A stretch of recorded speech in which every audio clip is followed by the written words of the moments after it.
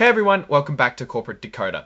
Today we are diving into the world of Wolfspeed, a company that's all about making things like electric cars and renewable energy more efficient. But before we jump in, let me tease you a little. It seems like some folks on their board decided it was time to hit the road. Was it something they saw in the numbers, or maybe they just wanted to spend more time perfecting their golf swing? Let's find out.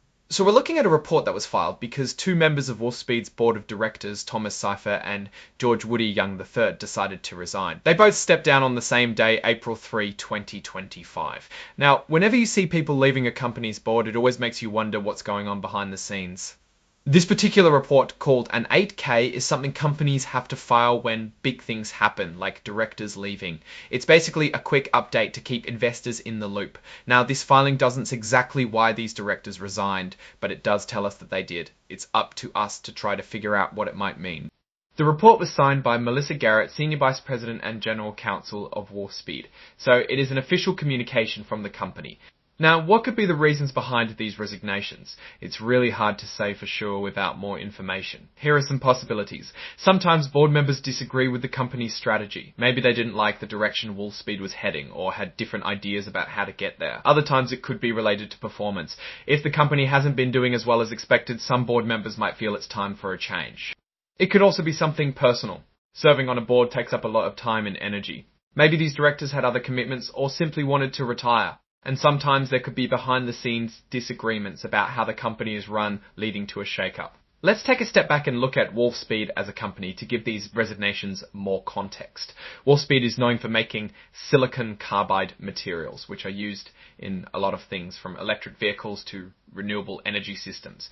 Basically, they help make these technologies more efficient. This is a growing market with more and more companies looking for ways to improve the performance of their products and reduce energy consumption. Now the big question is, what does all this mean for Wolfspeed? Well, whenever you see changes in leadership, it can create some uncertainty. Investors might get nervous, wondering if the company is going through a rough patch. However, it could also be an opportunity for Wolfspeed to bring in new board members with fresh ideas and perspectives. This could help the company adapt to the changing market and find new ways to grow. For Wolfspeed, the challenge is to reassure investors that everything is still on track. They need to communicate their strategy clearly and show that they have a plan for the future. It's also important to remember that Wolfspeed operates in a very competitive market. They're up against other companies that are also developing advanced materials and technologies. To stay ahead, they need to keep innovating and finding new ways to differentiate themselves. These resignations alone aren't necessarily a sign of disaster, but it's a signal to pay closer attention. As investors, it's our job to stay informed and make smart decisions based on the information we have. Always keep an eye on what the company is saying and doing. Are they communicating openly about their plans? Are they taking steps to address any concerns? By doing your homework, you can make a more informed decision about whether to invest in Wolfspeed or not.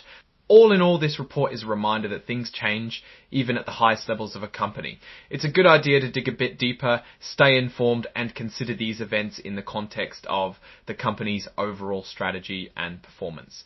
While the report doesn't give us all the answers, it does give us some food for thought.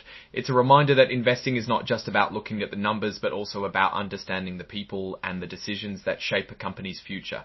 Thanks for watching Corporate Decoder. If you found this analysis helpful, give us a like, drop a comment, and definitely subscribe for more deep dives into the world of corporate filings and financial reports.